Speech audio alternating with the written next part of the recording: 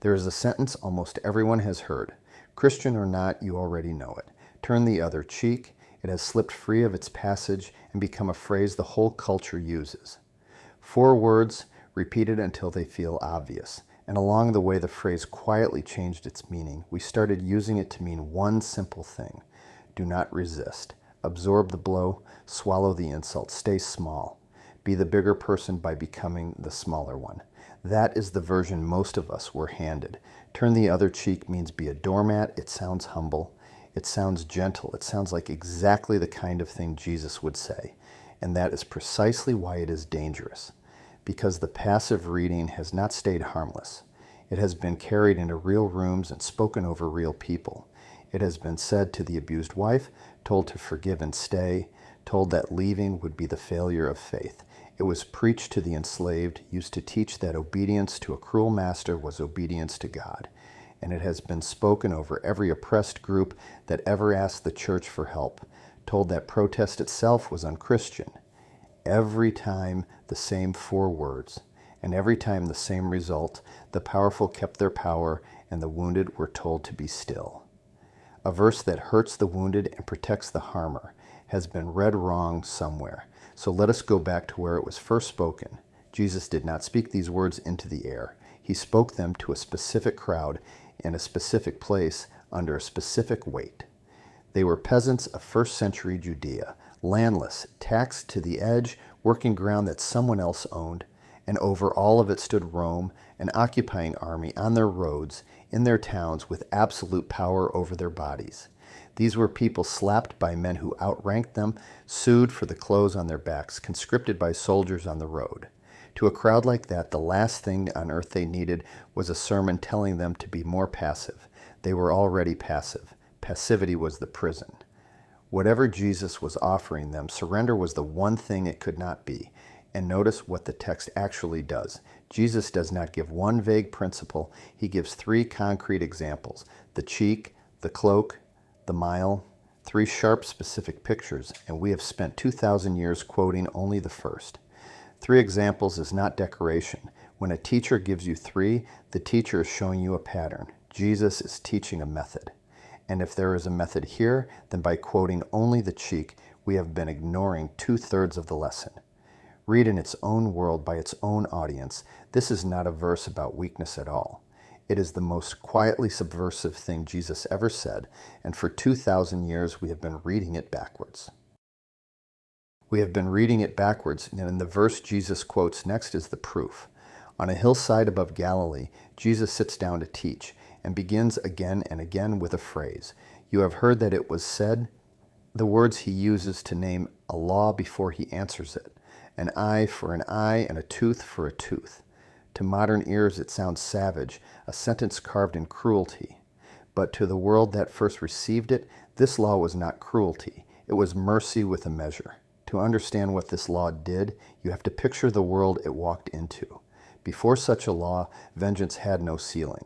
There was nothing to tell a wronged man where to stop.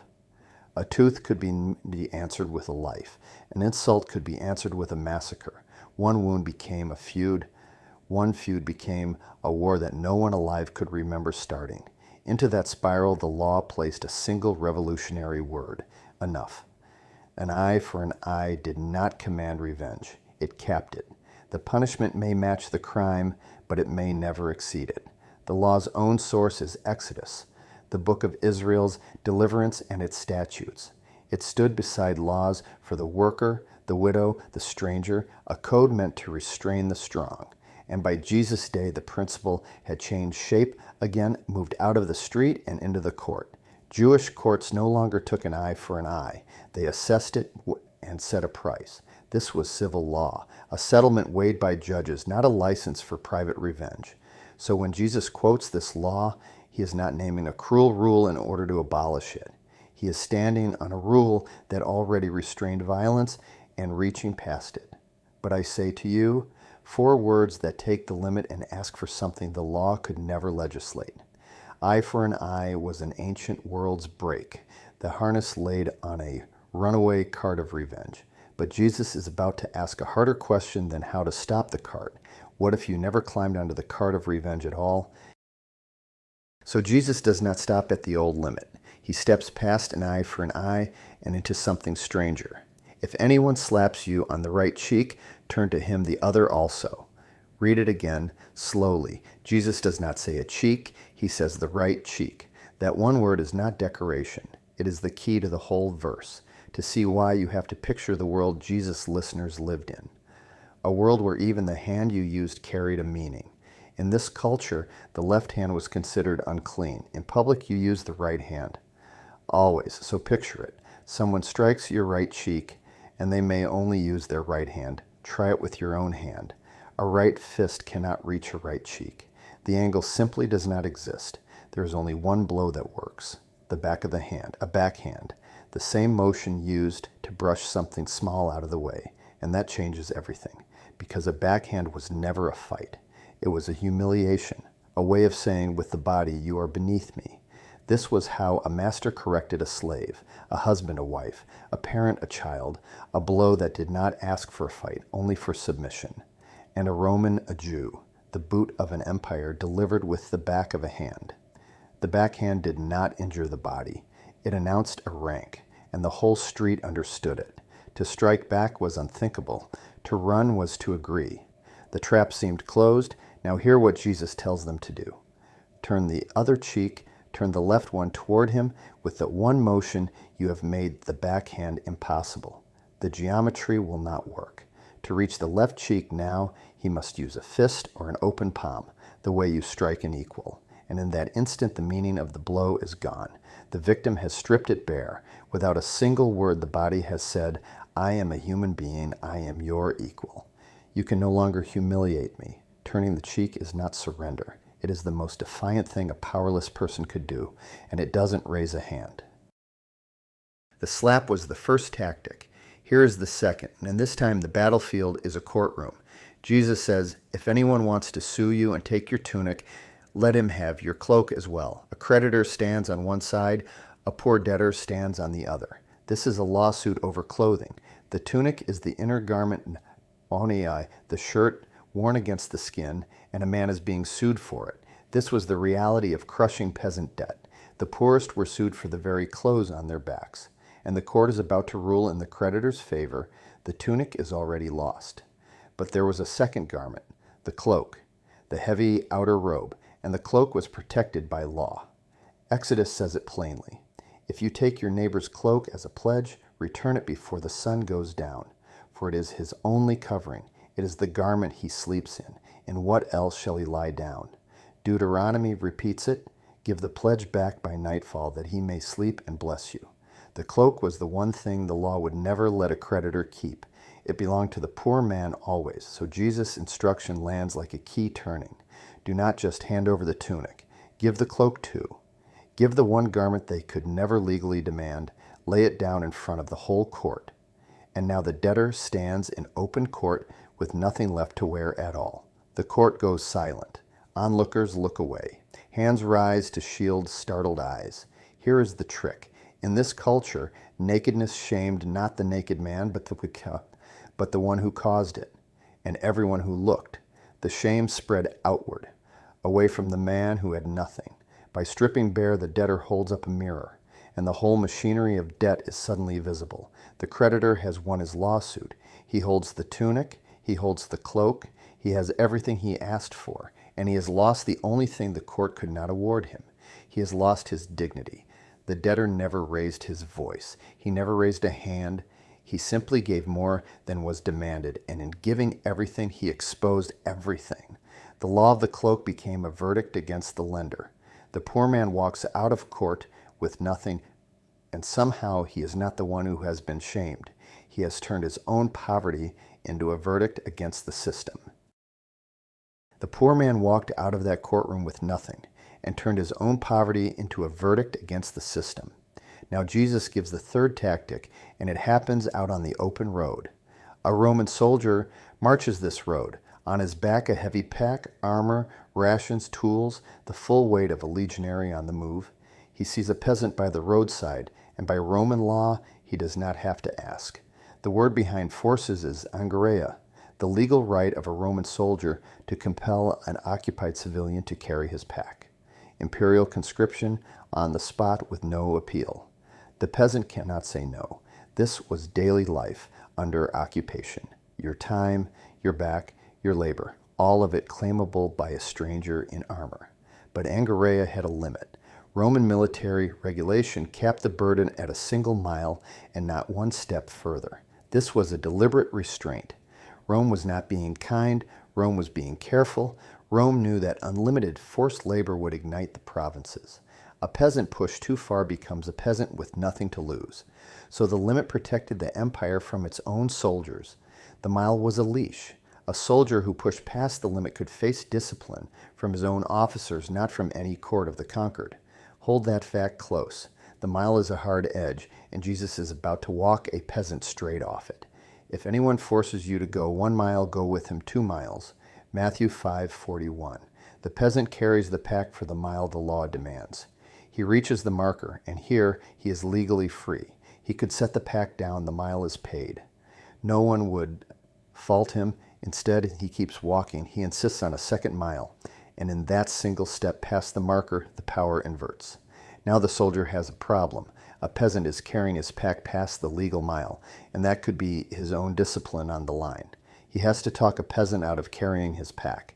He does not know if this man is mocking him, reporting him, or trapping him. For 1 mile, the occupied man is no longer a victim. He is the one holding the initiative. He has not raised a hand. He has not run. He has simply refused to stop, and the whole encounter belongs to him. This is not surrender. It is the same third way as the cheek and the cloak, defiance that carries no weapon. The first mile belonged to Rome. The second mile belongs to you. And Jesus just handed it to every conscript on the road. The first mile belonged to Rome. The second mile belonged to you. And once you see that, you start to notice something.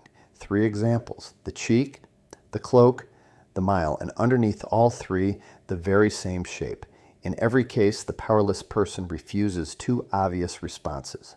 They do not strike back, there is no fist raised, no weapon drawn, no blow returned, and they do not slink away. There is no bowed head, no backward step, no quiet surrender. Both of those answers would have left the powerful exactly where they wanted to be. So Jesus teaches neither. This is the false binary Jesus is breaking: fight or flight, hit back or give in. Almost every human conflict assumes those are the only 2 doors in the room. You either match the violence done to you, or you absorb it, you become the aggressor, or you become the doormat. For 2,000 years, the church handed the oppressed only the second door. Quiet, bear it, comply. But look again at what these 3 examples actually do. They walk through neither door. There's a third door in that room, and Jesus is the one who opens it. The scholar Walter Wink gave this a name. He called it the third way: nonviolent resistance, not a sigh of defeat, but a deliberate and disciplined act of resistance. It refuses to be humiliated, and it refuses just as firmly to humiliate in return. It seizes the moral initiative. The powerless person, not the powerful one, now sets the terms. It drags the injustice into the open, where it can no longer hide as something normal. And it leaves the oppressor a way back, a door open to their own humanity. This is not a clever theory laid on top of the text. It is simply what the 3 examples already do, and it would not stay buried in the 1st century. Centuries later, others would read these verses as a method. It would shape Gandhi and later the American Civil Rights Movement, people who took these words as a strategy, not a sigh.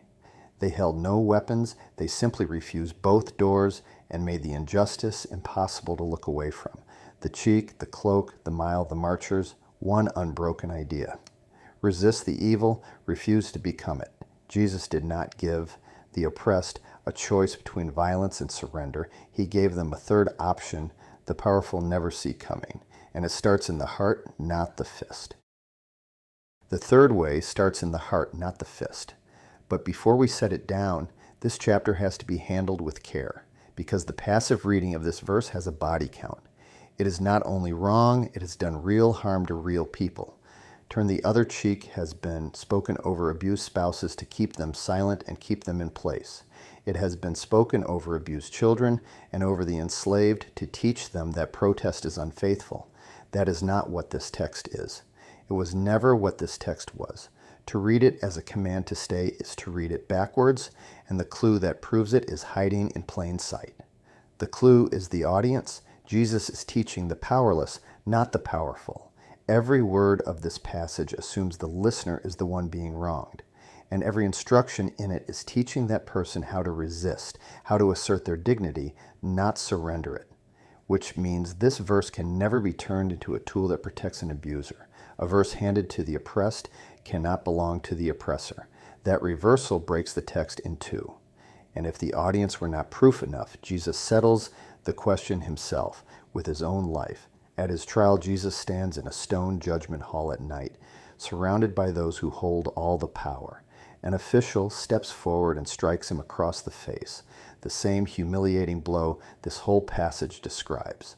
And Jesus does not silently offer the other cheek. He does not lower his head and absorb it. He turns to the man and speaks. If I have spoken wrongly, testify to the wrong, but if rightly, why do you strike me? He names the wrong out loud. He calls the powerful man to account. He answers the blow with a demand for justice. This is the man who first spoke the words, and this is what he showed they meant. Turn the other cheek is about refusing to be degraded. It is about refusing to return evil for evil. It was never about refusing to be safe. It was never about staying within reach of someone who was harming you. Resisting evil and removing yourself from danger were never opposites. Often they are the same act of courage. A verse meant to give dignity to the abused has too often been used to trap them instead. Read it the way Jesus lived it, and it does the exact opposite of what the misreading claims. It tells you as plainly as Jesus' own life told it that you were never meant to be anyone's doormat. So let's not leave you standing in that doorway. You were never meant to be anyone's doormat, and Jesus never asked you to be. Turning the cheek was dignity. The cloak was exposure. The second mile was initiative. 3 different scenes, 3 different tactics, but underneath them, one single instruction. Resist evil without becoming it. That is the whole of it. Not surrender, not revenge. A way to stand against the wrong without letting it remake you in its own image. And the hardest part of that instruction is the very part the popular misreading quietly skips. Because the third way is not a power move dressed up as a virtue. It is not winning the argument and calling it grace. Just a few verses further down the same sermon, Jesus says plainly what all of this is for. Matthew chapter 5, verse 44, love your enemies. The aim was never to crush the oppressor. It was never to win. It was to refuse the lie that says you must become what hurt you in order to survive it. You can resist someone's evil and still leave the door open to their humanity. Those two things were never opposites. This is exactly why these words sit where they sit, inside the Sermon on the Mount. The sermon is not a list of nice sayings. It is the constitution of the kingdom, how its citizens are meant to live.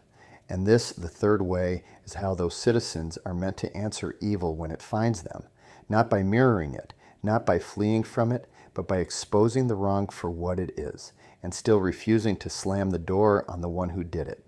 That is the kingdom's answer, and it is the same one Jesus handed to a hillside of the powerless 2,000 years ago. And it is handed to you too. The insult that lands at work. The boss who treats you as less. The person in your life who only ever takes.